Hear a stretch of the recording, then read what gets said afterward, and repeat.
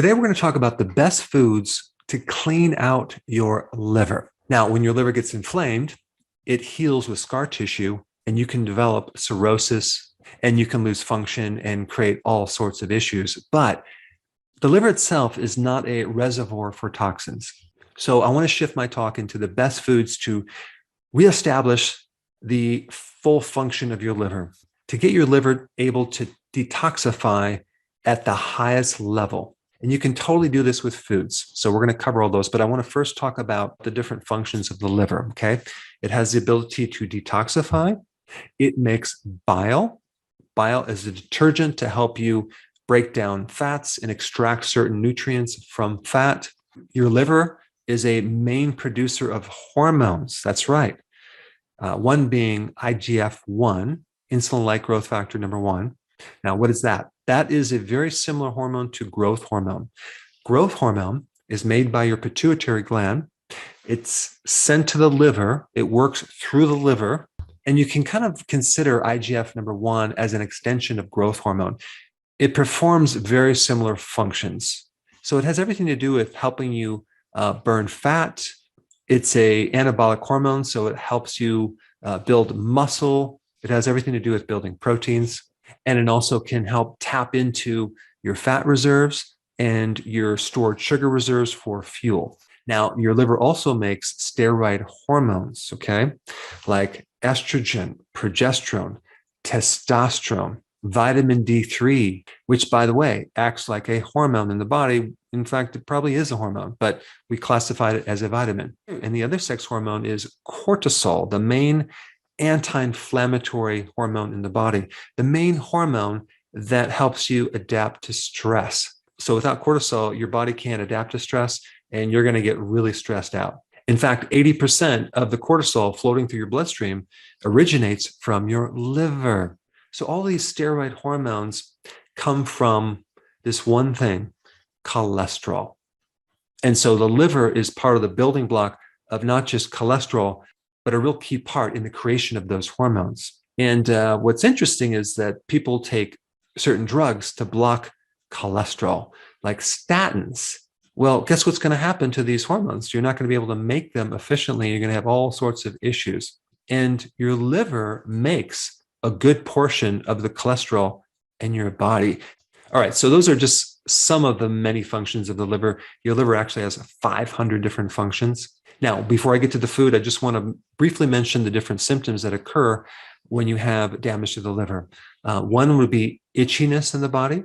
Another one would be that your skin and the whites of the eyes turn yellow. That's called jaundice. The next one is lethargy. And then you have achy joints. So many people who are stiff and have inflammation in the joints really have a liver problem. Feeling nauseous is a big symptom of the liver. Having a lowered cognitive function could be liver related. And if you have gallstones, there's definitely a problem with the liver, simply because the liver makes bile and it's a deficiency of bile and a high level of cholesterol that makes you end up with gallstones. All right, so now let's dive into the best foods for your liver, okay? Number 1, cruciferous vegetables, okay?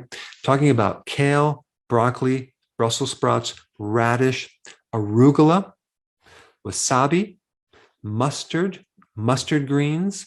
They are all cruciferous vegetables. They are very high in a natural phytonutrient called sulforaphane. And sulforaphane helps to detoxify the liver. It helps the liver to get rid of inflammation. And inflammation leads to insulin resistance.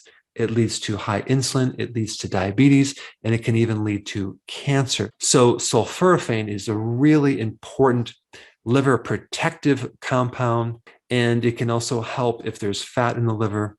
And with enough sulforaphane, let's say, for example, if you drank too much coffee, sulforaphane helps to quickly detoxify things like caffeine, drugs, chemicals, and even poisons. Eating cruciferous vegetables with sulforaphane can even enhance the liver to the point of having an enhanced function of the liver even 2 weeks after where you stopped eating cruciferous vegetables.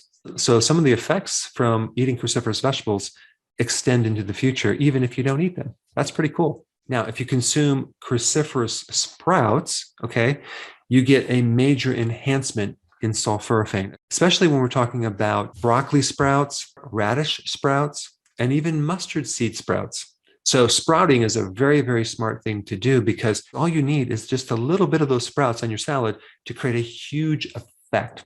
You see, one of the key enzymes to activate sulforaphane is destroyed with heat. So if you overcook broccoli or especially cauliflower, you're not going to be able to get this full magnitude of sulforaphane unless you at the same time add a little sprouts to your salad or a little bit of raw cruciferous.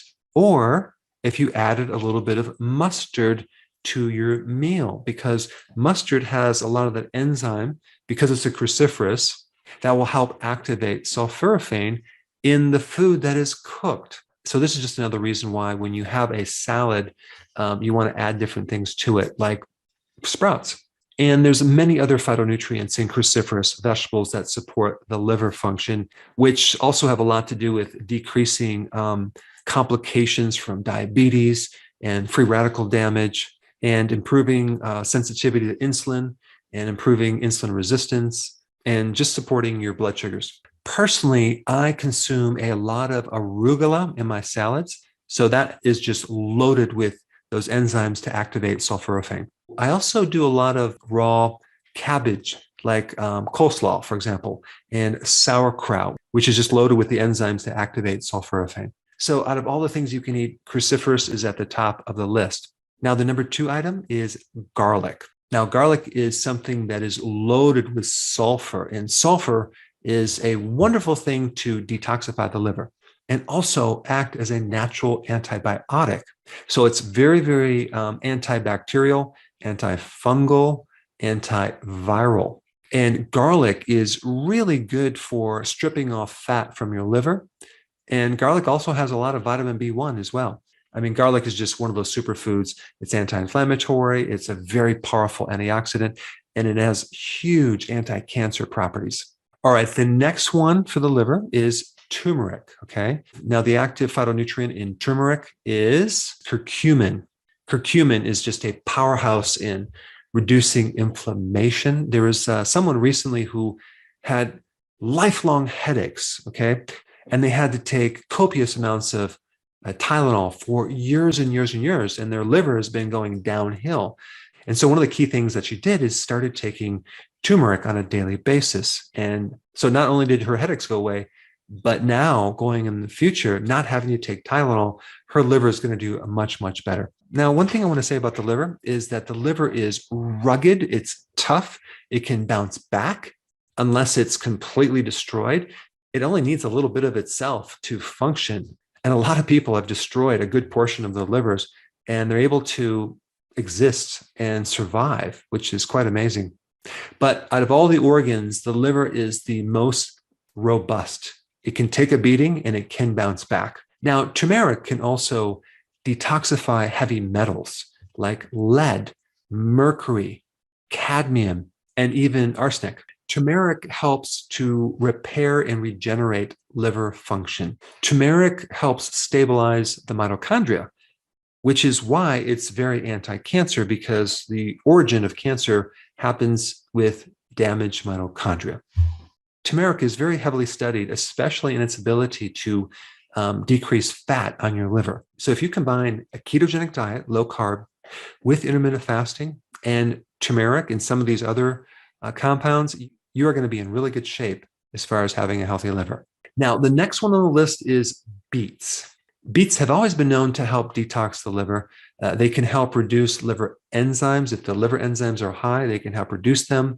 The phytonutrients in the pigments in beets can help activate the release of bile salts, and that can help decrease the fat in your liver. But beets are hepatoprotective, which means they protect the liver cells, and they can significantly reduce inflammation in the liver. And if they can reduce inflammation in the liver, they can slow down the process of fibrosis and scar tissue and cirrhosis. Now, a question that people might have is, what about beets and being keto friendly? Is it going to spike my blood sugars? Well, if you don't juice beets and you have them steamed, there is some carbohydrates in there, But if you add the fiber in there, that will buffer the insulin response. And so in a half a cup of beets, you're looking at about only 6.7 grams of carbs, not terribly high. Now, the next food I want to talk about is mushrooms. Now, what's so important about mushrooms with the liver? Well, mushrooms are the food that has some of the highest amount of glutathione. And glutathione is the main antioxidant for the liver, especially if you do turkey tail mushroom and oyster mushrooms and other mushrooms as well. Mushrooms are hepatoprotective. It means they protect the cells of the liver. All right, now we get to avocados. Avocados are a great thing to consume to help repair and stabilize the liver. Avocados, too, are high in glutathione that support the liver. But the main thing about avocados is all you have to do is consume one avocado a week to see significant improvements in your liver function. Avocados are very, very anti-inflammatory, and inflammation in the liver leads to so many issues, including hepatitis, including fatty liver, as well as cirrhosis. So anything that can lower inflammation would be very good for the liver. And the last thing I'm going to recommend for the liver is extra virgin olive oil. Just a very small amount. In fact, just one little teaspoon in your salad dressing can create significant improvements in liver enzymes. Extra virgin olive oil decreases fat on your liver. It improves insulin sensitivity. It reduces insulin resistance. And it's a very powerful anti-inflammatory. So there you have it, the best foods to help support a healthy liver. And if you haven't seen some of my other videos on the liver, I created a playlist for you right here. Check it out.